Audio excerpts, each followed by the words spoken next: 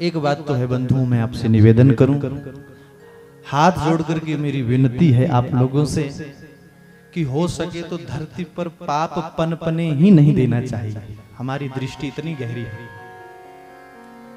क्योंकि जब अधर्म बड़ा रूप धारण कर लेता है बंधुओं, ध्यान से सुनना, तो किसी मां को अपने बच्चे को बलिदान देना पड़ता है। बोलो जय श्री कृष्ण।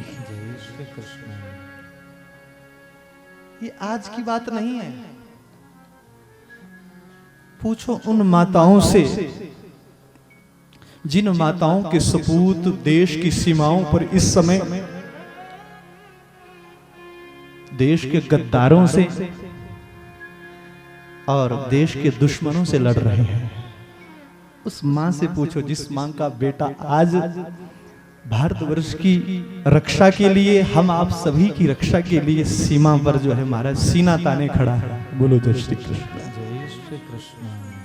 हम आप लोग जो ये यहां बैठ करके आनंद ले रहे हैं ना बंधुओं, इसके पीछे भारतवर्ष के उन वीर सैनिकों का बलिदान है जो हमारे लिए दिन रात उन शत्रुओं से लड़ रहे हैं। मैं तो कहता हूं कि अगर हमारे भारतवर्ष के ये सपूत ना होते, हमारे भारतवर्ष के ये वीर सैनिक ना होते, तो महाराज भारत तहस नहस हो जाता। बोलो जय श्री कृष्ण।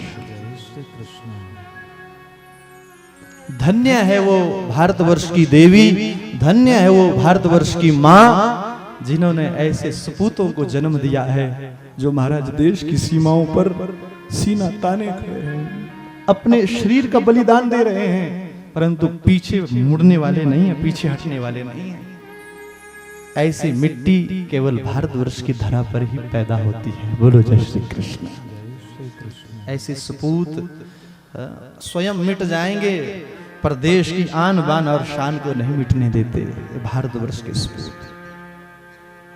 आज हृदय द्रवीभूत है, क्योंकि आप देख रहे हैं बंधुओं, हम आप लोग तो यहाँ बैठे हुए हैं, कथाओं का आनंद लेते हैं, शाम को सो जाते हैं, सुबह आराम से उठ जाते हैं, परंतु उन वीर सपूतों का ध्यान करो जरा, जो हम जैसे साधारण मनुष्यों के लिए बलिदान चढ़ रहे हैं।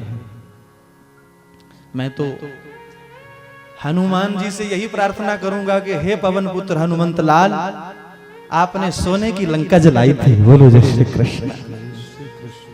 हमारे भारतवर्ष की 3 सेनाएं हैं बंधुओं, वायु सेना, जल सेना और स्थल सेना। मैं व्यासपीठ से कामना करता हूं, व्यासपीठ से अपने जीवन में जितने भी पुण्य कर्म कमाए हैं, मैं व्यासपीठ से आज उन सभी पुण्य कर्मों को उन तीनों सेनाओं को प्रदान करता हूं जो महाराज हमारे देश के लिए दिन रात लड़ रहे हैं। बोलो जय श्री कृष्ण। हम तो यही कहेंगे कि हे पवन पुत्र हनुमान, आप वायु पुत्र है, आप वायु सेना का ऐसा साथ दे कि महाराज उनको पता ही ना चले कि हमने कैसे उन दुश्मनों को ध्वस्त कर दिया। हम यही कामना हनुमंत लाल से करते हैं, और हम रणचंडी से, भगवती से प्रार्थना करते हैं कि हे मां, तू थल सेना का ऐसा साथ दे कि खड्ग से साथ लड़ती हुई तू ही उन वीरों को लड़ती हुई नजर आए। बोलो जय श्री कृष्ण। मैं नारायण भगवान से प्रार्थना करता हूं कि हे प्रभु, आप जल के देवता है, आपका प्राकट्य जल के भीतर हुआ है, आप जल सेना का ऐसा साथ दें कि आप इस सुदर्शन चक्र लेकर के उनके आगे खड़े हो जाए और उन वीरों की रक्षा करें। बोलिए गोविंद भगवान की जय। और मैं सबसे अधिक भगवान से प्रार्थना करता हूं कि हे प्रभु, मेरी उन माताओं के लिए शक्ति देना जो माताएं अपने सपूतों को देश धर्म की रक्षा के लिए मरते हुए देख रही है, मिटते हुए देख रही है। आज हृदय द्रवीभूत है बंधुओं, क्योंकि आपको नहीं पता देश की सीमाओं पर क्या हो रहा है। बहुत से लोग अपरिचित है और जिसको पीड़ा है देश के प्रति, राष्ट्र के प्रति, वो रो भी रहे हैं, ऐसा नहीं है।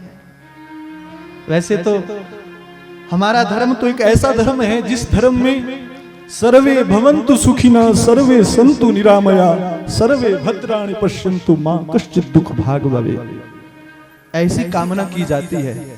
ऐसा धर्म है हमारा सनातन, ऐसा देश है मेरा भारतवर्ष।